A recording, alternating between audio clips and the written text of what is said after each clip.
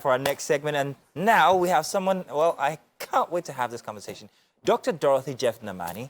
She's the MD CEO of Novo Health Africa Limited, committed to creating value through excellent coordination and also efficient delivery of healthcare services.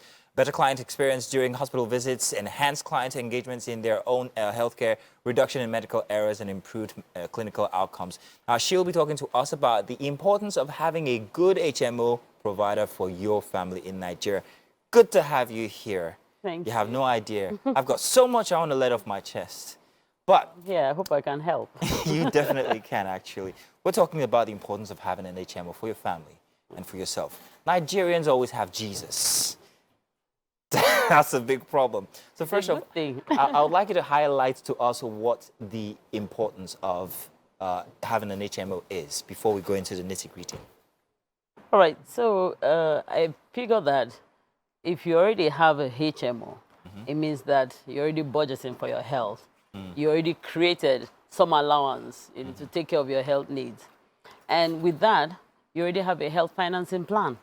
So if you have a HMO, it could be that you have the health insurance under managed care, which it gives you the most leeway, and you have little risk to take on. So the HMO and the providers take up the risk for you.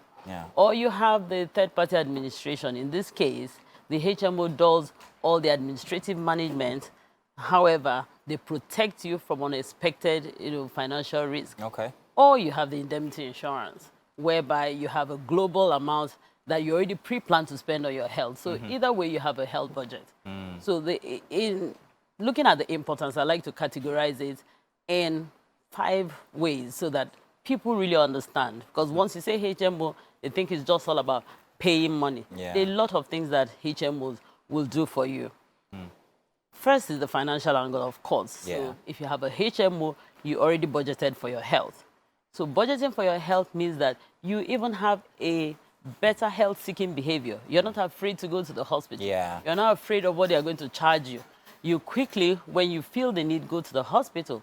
And it takes care of not just the expense on treatment. It also takes care of your additional other added expenses like feeding, if you're on admission costs, diagnostics, and the rest of them, even rehabilitative in case you need some rehabilitation.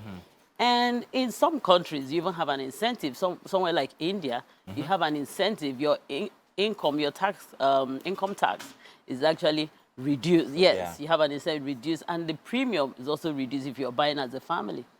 Then the next one, the other 2 angles I also look at it from is from the social, cultural, and economic angle. And this for me is very important because it also tells on the vision of Novo Health Africa. Our vision is towards individual, family, and community health for social development and economic growth in the Africa region. So these 2 other angles, I really want people to understand that HMO plans, you having a health insurance, is a social development tool. We have a culture of family. We're family-oriented people here in Nigeria, and I'm sure the rest of Africa too. And for us, family is not just you and your immediate family. It's all about the extended family. And extended family, so I like to say loved ones and family. So extended family is everybody around you, whether it's your community or you have like old boys, old girls, you have WhatsApp groups where you belong, and your tribe in general. So how have you, or what work is on ground to make people more aware of how important it is to have HMOs? Because when you tell an average person about HMOs, like, do I have that money to go and just give somebody, not considering that they would need it eventually? They will need it. What measures are in place to make people more aware of the need? Like I'm talking to you.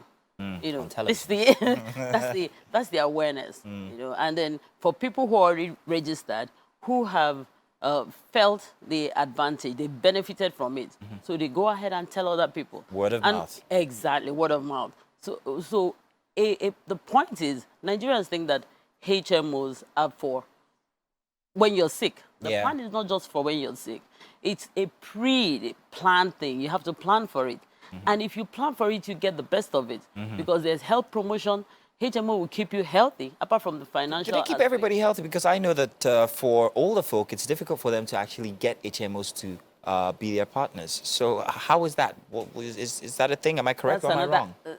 Well, I wouldn't want to say you're wrong, but yeah, because it depends on the plan on the HMO.